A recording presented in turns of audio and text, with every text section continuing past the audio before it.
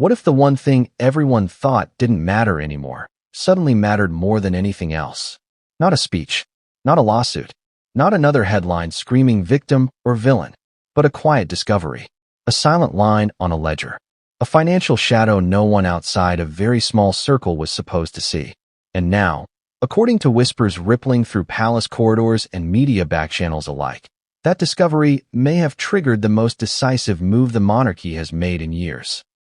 Before we continue, please hit the like button, subscribe to the channel, and turn on the notification bell for updates. Titles: not frozen, not debated, but allegedly slashed. And here's the question no one is asking out loud yet. Why now? Stay with me, because this story doesn't start with punishment. It starts with patience. And patience, in royal terms, is often more dangerous than anger. For years, the public narrative around Meghan and the monarchy has followed a familiar rhythm. Accusation, denial, counteraccusation, silence, then another round. Viewers grew accustomed to the cycle. Supporters dug in. Critics sharpened their knives. And the palace? The palace waited. That waiting wasn't weakness. It was strategy. Because institutions that have survived wars, abdications, scandals, and centuries of scrutiny don't rush. They observe. They document. They let patterns reveal themselves. And they only move when something crosses from inconvenient to destabilizing. Ask yourself this. If the monarchy has tolerated interviews, memoirs, docuseries, and global criticism, what would suddenly force their hand? What would make King Charles, a man famously cautious to the point of paralysis, and Prince William, known for discipline and restraint, align so completely that even insiders reportedly stopped trying to slow them down? The answer, if you follow the trail being whispered about right now, isn't emotional. It's structural. Because this story isn't really about Meghan as a person. It's about Meghan as a position. Titles aren't decorative. They're not Instagram bios or branding accessories. In the royal ecosystem, a title is a conduit. It signals legitimacy. It opens doors. It creates assumptions. It allows proximity to power even when physical distance exists. So when rumors began circulating about a previously undisclosed financial arrangement, one that allegedly blurred lines the palace takes extremely seriously, the concern wasn't tabloid embarrassment. It was risk, reputational risk, institutional risk, and perhaps most importantly, precedent risk. Because once a royal title is seen as a tool rather than a trust, the entire structure wobbles. Now let's slow this down. Nothing about what allegedly happened was loud. There was no dramatic raid. No courtroom spectacle. No press conference with microphones stacked like weapons. This was quiet. Boring, even on the surface. Which is exactly how the most consequential royal decisions usually begin. A review. A briefing. A raised eyebrow in a room with no windows. And then questions. Who knew? When did they know? Why wasn't this disclosed earlier? And who benefits if this never becomes public? You don't need to believe every rumor to understand the gravity of those questions. In royal governance, transparency isn't optional. It's armor. Anything that looks like concealment, even if legal, even if explainable, triggers alarms. Because perception is currency. And perception, once lost, is almost impossible to recover. Here's the contradiction that makes this moment explosive. The same titles that were once dismissed publicly as meaningless suddenly became critically important behind closed doors. Not because Meghan wanted them, but because the palace realized what those titles could still enable. Think about it. If a private citizen makes money, that's capitalism. If a titled royal figure makes money, that's influence. And if that influence appears even remotely misaligned with royal expectations, it stops being personal and starts being political. That's the line. And according to sources orbiting this story, that line may have been crossed quietly, efficiently, and without permission. Now ask yourself another uncomfortable question. If this were nothing, truly nothing, why would the response allegedly be so final? Why not another warning? Why not another quiet negotiation? Why not distance without consequence? Because distance was already tried. This is where timing becomes everything. King Charles is not a monarch with decades to course correct. His reign is defined by transition, by stabilization, by proving continuity after rupture. Every decision now is measured not just by its immediate impact, but by how it sets the stage for William, And Prince William is thinking in decades. He's thinking about a monarchy that cannot afford ambiguity. A future where titles either mean something concrete or nothing at all.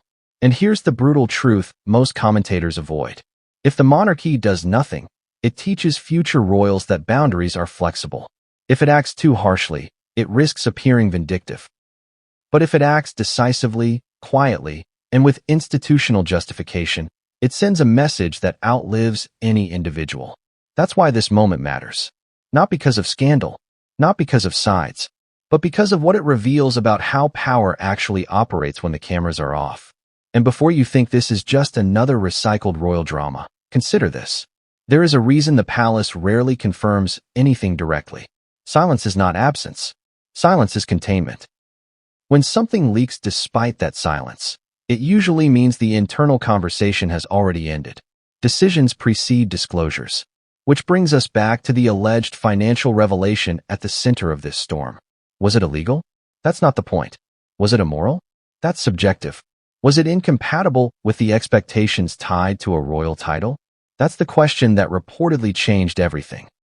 And once that question was answered internally, the rest followed with almost mechanical inevitability. Because monarchies don't explode. They excise. Slowly, cleanly, and without apology. Now, here's where the story turns unsettling. Multiple observers have noted that Prince William's posture shifted noticeably in recent months. Less conciliatory, less ambiguous, more aligned with institutional language than familial language. That doesn't happen overnight. That happens when information lands. Information that reframes everything that came before it. And King Charles? For a man often portrayed as indecisive, insiders describe this moment as unusually firm. As if a threshold he'd resisted crossing for years was finally, unmistakably behind him. Which raises one final question before we move forward. If this alleged account was the trigger, what exactly did it reveal beyond numbers? Connections? Patterns? Intent? Because no one strips titles over inconvenience. They do it when trust collapses. And in the royal system, once trust is gone, there is no appeal process. Only distance. This story isn't about punishment. It's about containment. It's about a line that existed long before Meghan ever entered the royal orbit. And the moment that line was crossed, everything became inevitable. But what that line actually was, and why it mattered so much to William in particular, is where this story truly begins. Because the red line wasn't drawn yesterday. It's been there for generations. Every institution has one rule you're never allowed to break, even if you're family. In the monarchy, that rule isn't written in law. It isn't codified in some dusty statute. It's understood, passed down quietly from advisors to heirs, whispered over formal dinners, embedded in decades of precedent. And crossing it isn't just frowned upon. It's fatal to influence, status, and sometimes even proximity. For Meghan, insiders allege, the red line was crossed long before the palace announced any formal response. It wasn't a single action. It wasn't a glaring headline moment. It was the accumulation of choices, the subtle bending of boundaries, and ultimately, the one discovery that made the entire institution suddenly see her not as a family member, not as a duchess, but as a threat to the careful balance of tradition and perception. Ask yourself, what is a royal red line? It's more than etiquette, more than protocol. It's a system of checks, built over centuries, designed to protect not just the monarch, but the monarchy itself. It dictates who can speak, who can move, and, crucially, who can profit. It's a silent rule that prioritizes preservation over individual preference. There are historical examples that illustrate just how lethal the crossing of a red line can be. Edward VIII abdicated over love. Princess Margaret faced intense scrutiny over her relationships. Even minor indiscretions could trigger exile or public censure. In every case, the underlying principle was simple. The monarchy's integrity must not be compromised, and the appearance of compromise is often treated as worse than compromise itself. So when sources now suggest that a quiet, previously undisclosed financial matter triggered the removal of Meghan's titles, insiders claim that it wasn't a matter of legality. It wasn't a matter of morality. It was a matter of crossing a line so sacred that even the hint of violation demanded decisive action. Imagine a line drawn across the floor of a centuries-old room. Everyone knows it's there, though it's invisible to the casual eye.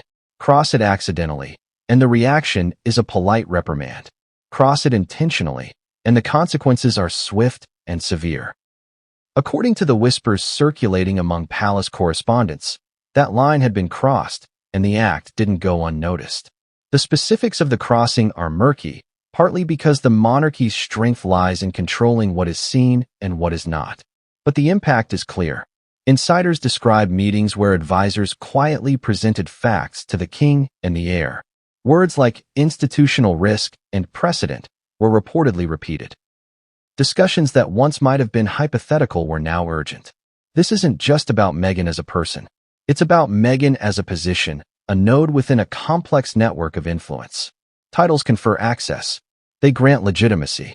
They allow someone to operate in spaces and wield influence that ordinary citizens cannot. And once a title holder demonstrates behavior inconsistent with the responsibilities of that role, the threat is structural, not personal. To illustrate, consider this analogy. A dam is constructed to contain a river. If a crack appears, engineers inspect. If they find a weakness in the foundation, the response is immediate. It doesn't matter how beautiful the water is, or how essential it may seem. The integrity of the dam comes first. Allegedly, Meghan's actions were seen as such a crack, one that, if ignored, could have rippled outward and destabilized far more than just her position. The emotional stakes within the palace reportedly ran high. Sources suggest that both Charles and William recognized the delicate balance between family loyalty and institutional necessity. They were caught between affection for an individual and obligation to an enduring system. Decisions like this are rarely easy. They are measured, deliberate, and carried out with precision, often in rooms with no windows and conversations that never leave the walls. What makes a red line particularly lethal is not its visibility, but its inevitability. Everyone understands that it exists. Everyone understands what happens if it's crossed. And yet, when it finally is crossed, the shock is profound. The reaction seems almost disproportionate, until you realize that the response is not just about the action, but about preventing the system from failing entirely. Royal red lines are as much about optics as they are about action. Public perception and private reality exist in a delicate dance. For decades, Meghan's narrative in the media has been framed in ways that obscured what insiders claim the palace knew privately. Smile for the cameras, and the world believes the story is one way. Behind the walls, another story unfolds, one of concern, observation, and eventual alarm. According to whispers, the red line in this case wasn't a single act, but a pattern. A set of behaviors that, taken together, suggested the potential for misuse of influence and titles. The alleged discovery of the financial matter amplified this perception. It was no longer just an abstract worry. It was tangible, measurable, and alarming enough to trigger action. Consider the historical contrast. When Edward VIII abdicated, it was romantic and dramatic. The public understood it. When minor indiscretions occur in modern times, they're contained through controlled narratives. But a financial matter connected to a title holder crosses into uncharted territory. It's not personal drama. It's institutional vulnerability. And sources claim that is exactly what the palace perceived. One detail repeatedly cited by insiders is the speed of the response once the red line was recognized. Discussions that may have taken weeks or months under normal circumstances reportedly accelerated into decisive action. Meetings, memos, consultations. All moving at a pace that signaled urgency, without panic. This is critical because it highlights how seriously the monarchy takes perceived threats to its structure. Now, let's add another layer. Titles are symbolic, but symbols carry consequences. Removing a title isn't merely a disciplinary act. It signals boundaries to all current and future members of the institution. It communicates clearly. The rules are real, the lines exist, and crossing them carries tangible consequences. The alleged red line that was crossed wasn't just about Meghan. It was a demonstration to anyone who might challenge protocol that certain behaviors are non-negotiable. Emotionally, the decision to act is never void of conflict. Sources indicate that William, long known for his measured approach, reportedly shifted his stance after seeing the evidence. Observers note that his posture became more rigid, more focused, less willing to entertain excuses. Charles, similarly, who has historically been cautious, reportedly reached a point of clarity, a point where hesitation became risk itself. This dynamic is crucial. It frames the action not as impulsive or vindictive, but as deliberate and inevitable. In the royal ecosystem, such clarity is rare, and when it appears, insiders describe it as almost surgical in precision. And here is where the story deepens. The alleged red line wasn't merely financial. It was relational, symbolic, structural. Once crossed, it activated mechanisms that the public rarely sees. Advisory channels went into overdrive.